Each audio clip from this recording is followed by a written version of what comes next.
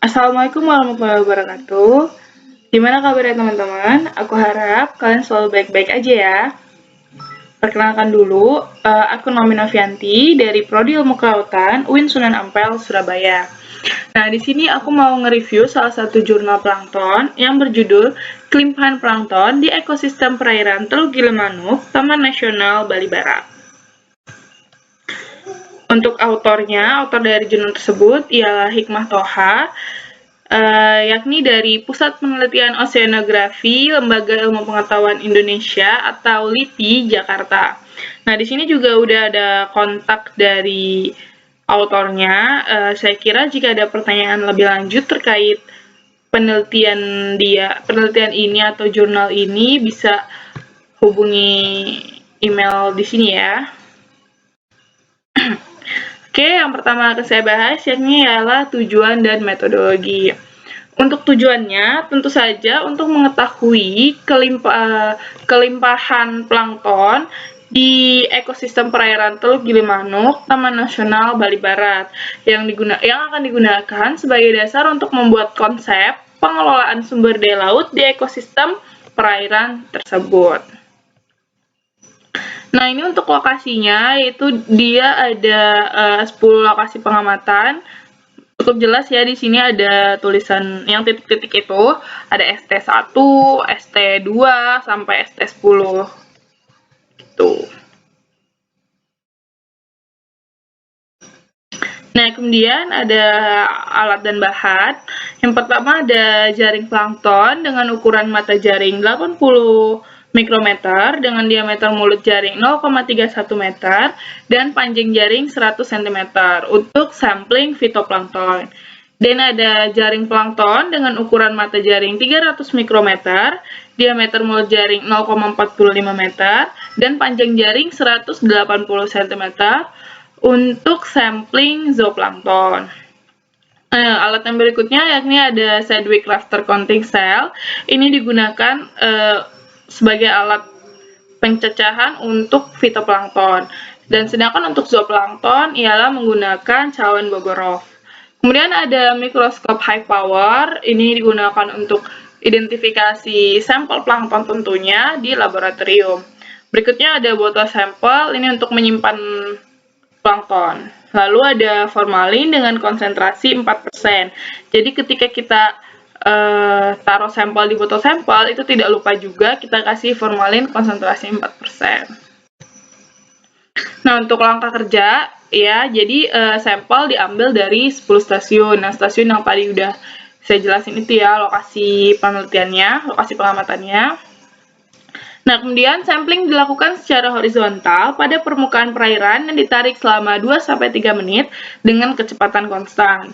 Lalu, sampel dikoleksi dalam botol sampel yang diberi formalin dengan konsentrasi 4% seperti yang sudah saya jelaskan tadi. Lalu sampel kemudian dicaca dan diidentifikasi di laboratorium dengan menggunakan mikroskop high power. Nah, jadi pencacahan fitoplankton dilakukan dengan menggunakan Sedgwick Rafter Counting Cell atas fraksi sampel dan hasilnya dinyatakan dalam sel per meter volume. Sedangkan untuk sampel zooplankton, pencacahan dan identifikasi dilakukan dengan menggunakan cawan Bogorov dan hasilnya dinyatakan dalam individu per meter volume.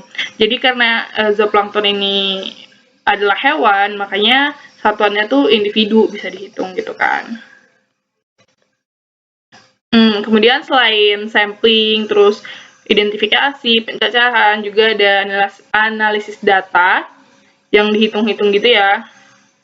Jadi pada setiap mulut jaring plankton itu dilengkapi dengan flowmeter untuk mengukur volume air yang masuk dalam jaring. Nah, pengukuran volume air tersaring dihitung dalam rumus V sama dengan R dikali A dikali P, dengan V yakni ialah volume air tersaring dengan satuan meter volume, dan R ialah jumlah rotasi baling-baling flowmeter, dan A merupakan luas mulut jaring, dan P ialah panjang kolom air dalam meter yang ditempuh untuk satu rotasi.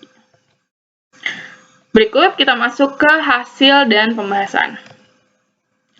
Nah, untuk fitoplankton yang ditemukan di perairan ini ialah komposisi marga fitoplankton yang berjumlah 13 marga, yang terdiri dari 10 marga diatom dan 3 marga dinoflagellata. Marga diatom yang mempunyai frekuensi kejadian lebih dari 90% tercatat ada 5, yaitu Cocinodiscus, Chaetoceros, Guinardia, Navicula, dan Pseudonychia. Nah, genus yang predominan atau lebih dari 10% adalah Cocinodiscus dengan kelimpahan sebesar 664.665,97 sel per meter volume, atau sebanyak 99,47% di stasiun 5, dan didapatkan hampir di seluruh perairan. Jadi yang dinamakan genus predominan, itu ialah yang didapatkan atau ditemukan hampir di seluruh perairan. Kemudian dari kelompok Dinoflagellata hanya marga Serratium dengan kelimpahan tertinggi di stasiun 7 sebesar 3.246,09 sel per meter volume. Lalu kelimpahan Dinoflagellata tidak ditemukan pada stasiun 3 dan stasiun 10. Berikutnya untuk zooplankton yang berhasil diidentifikasi ialah berjumlah 33 ordo.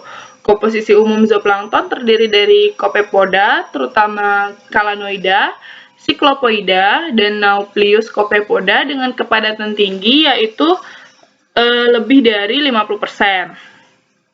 Nah, dari kelompok Copepoda tersebut, Calanoida merupakan yang predominan dengan kelimpahan terbesar yakni 23.938 individu per meter volume. Kemudian kelimpahan Copepoda yang selalu mendominasi di seluruh perairan ini mengindikasikan bahwa perairan ini cukup potensial untuk mendukung kehidupan biota laut pelagis karena dianggap subur kayak gitu. Kemudian Copepoda yang ditemukan pada komunitas zooplankton perairan ini merupakan jenis Copepoda neritik.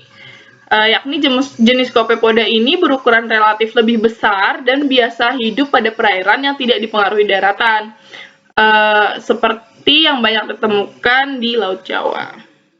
Kemudian untuk taksa zooplankton lain yaitu ada Chaetognatha, Polychaeta, Oikopleura, Gastropoda, Bivalvia, telur ikan, dan larva ikan.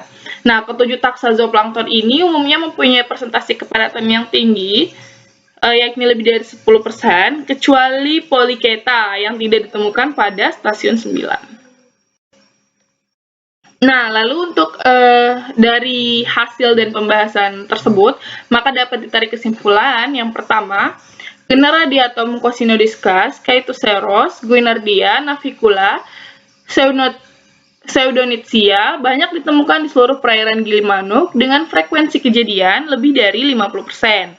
Genus yang predominan dari kelompok Dinoflagellata adalah Serratium.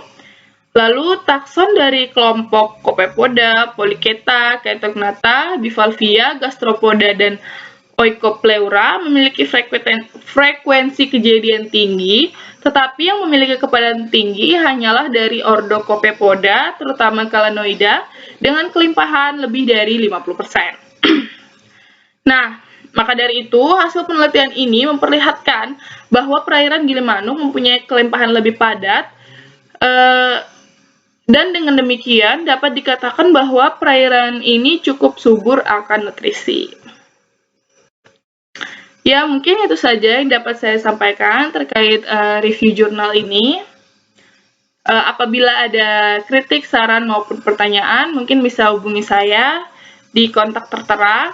Terima kasih atas waktu dan perhatiannya. Mohon maaf apabila masih terdapat kekurangan. Selamat beraktivitas teman-teman. Sekian dari saya. Wassalamualaikum warahmatullahi wabarakatuh.